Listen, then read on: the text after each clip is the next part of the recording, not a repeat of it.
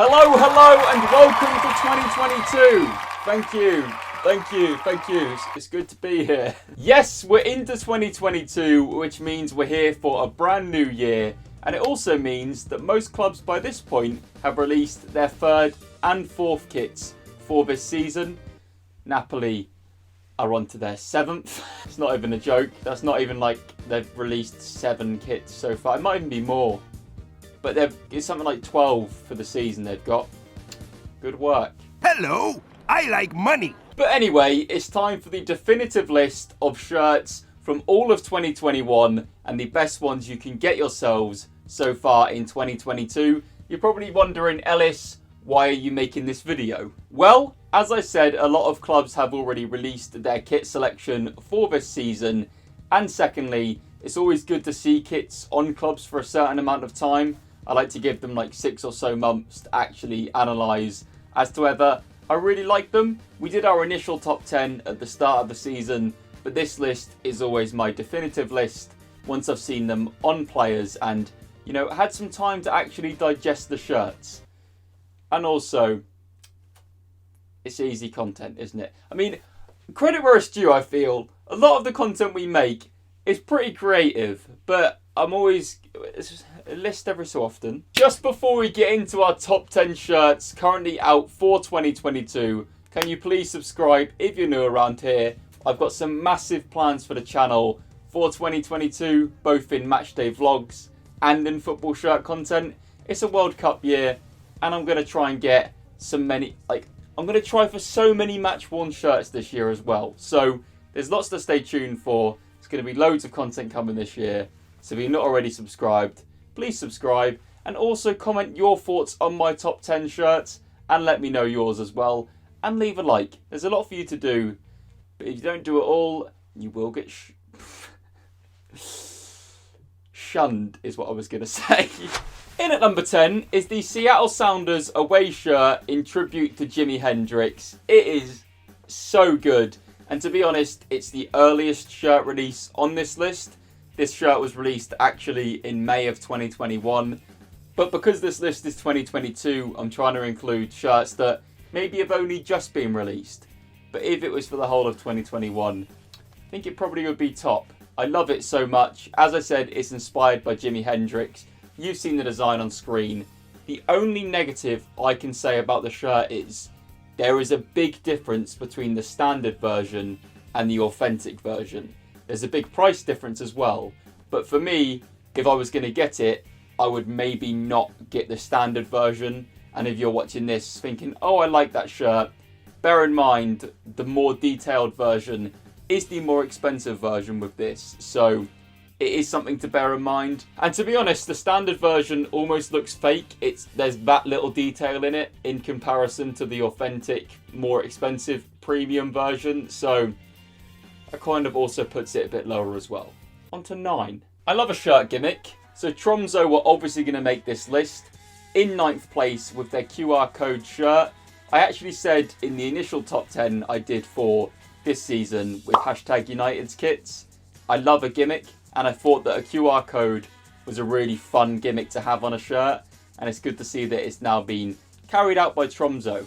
It's always hard to innovate with like cool little details you can do on a shirt because there's always only so much room and obviously you've got to sell it as well. But I do feel like QR codes are a bit of a fad now going forward. I think we're going to see more and more clubs do it. Eventually we'll see a big club do it, then loads will follow, and then it will die. Like the blackout trend, which is somehow still going. In at 8th, I love a centralised badge. I love it when clubs get a bit creative with their third kits. Gone for Celtic. Centralised badge, centralised Adidas. There's also some pink going on there. Once again, not making a comment on Celtic or Rangers. I'm impartial. It's just a comment about a football shirt. And I do have to say that, because if not, I will get death threats. In at 7th place, just before we do it, Arsenal's remake collection as a whole. It's so good. Once again, Adidas, why do you put no effort into every one of your B clubs? Because like, Ajax get that, Arsenal get that, Celtic get their one. As a Leeds fan, you changed blue stripes to yellow. Great. But anyway, Arsenal are Adidas's favourite child, aren't they? They get a remake collection what feels like every 6 months at this point. But this one, that sweatshirt is ridiculous. Like, it's so good. In regards to the shirt, obviously it was going to make the list. It's a remake of one of the most iconic away shirts of all time. It would have been impressive if they'd have messed up with it. On to 6th. Those who saw the initial top 10 would be aware that Inter's home shirt was number 1. Well, down to 6th, and I've actually gone for their 3rd shirt over their home shirt. But once again, without the sponsor. And once again, only the premium version. Because as you can see on screen, Inter Milan's 3rd shirt, there is the standard £70 version. How mental is it that we're in a time where I'm saying the standard £70 version? And then the dry fit advantage for 105. There is such a clear difference in detail in the design, and it's something that once again is my biggest tip to people. If you love a design of a shirt, most of the time the one you're going to be seeing is the more detailed premium version. So bear that in mind when purchasing a shirt. Just keep this in mind when buying, because the premium version of these shirts are great. It's just the regular ones, in my opinion, they almost look like fakes. There's that much difference in the quality. But then the same thing doesn't apply for every club. It's a bit of a minefield, but in my opinion, Inter Milan, if you're going to buy one, the premium option is just so much better. In at 5th, it was obvious it was going to appear at some point. The Ajax away shirt, inspired by Bob Marley's Three Little Birds, which is synonymous with the club. It's really cool, isn't it? It's a really cool shirt. Once again, it's good to see what Adidas can do if they put a bit of thought and creativity into a club. You know, because you see what they did for Leeds. They made the blue yellow. And everyone still bought it again.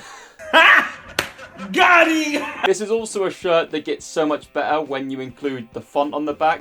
Look at the name set that you get with this shirt. Like, it's so good. It's a future classic.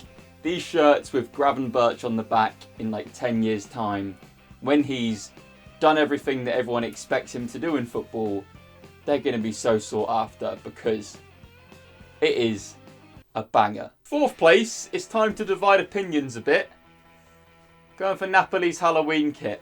I know I've said that I don't agree with Napoli releasing loads of shirts, and I don't. I think it's really weird that they've done it. I don't know why they're suddenly trying to position themselves as this club that you need to collect all their shirts from, because that's never been Napoli. And I also think, personally, it's kind of spitting in the face of Maradona's legacy a bit by plastering him on everything. Like, I know it's now... I mean, they've done 3 kits this season with his face on. The special edition last season I thought was nice, but every year are we going to get a Maradona tribute kit? And not to say he doesn't deserve to be tributed. One of the best players of all time. I'm just not sure it's this tasteful thing they're making it out to be. But anyway, the Halloween kit, as soon as it came out, I tweeted that I loved it. I ordered it. I just think it's so cool. I think all their other kits this season, including the Maradona ones, are stinkers. But this one, I love. I don't know why. I think it's really cool. I know I'm going to probably get slaughtered for it, but it's my opinion. Comment yours. 3rd place is another one I'm going to get slaughtered for. I spoke before about how I felt the Ajax was a future classic. Speaking of future classics, I've gone for PSG's home shirt, still in my top 10. Right, I know people are going to say it's just a simplistic shirt. I know. But this PSG side with Messi, Neymar, Mbappe, the rest of them, whether you like it or not, it is iconic. And I love the Jordan PSG crossover. I think it's really cool. I think, as I've said loads of times, their training wear and lifestyle wear has set the precedent for making like football more fashionable. And I know a lot of people hate that, but I personally quite like it. People might disagree with me right now, but in 10 years, this PSG shirt will be a classic.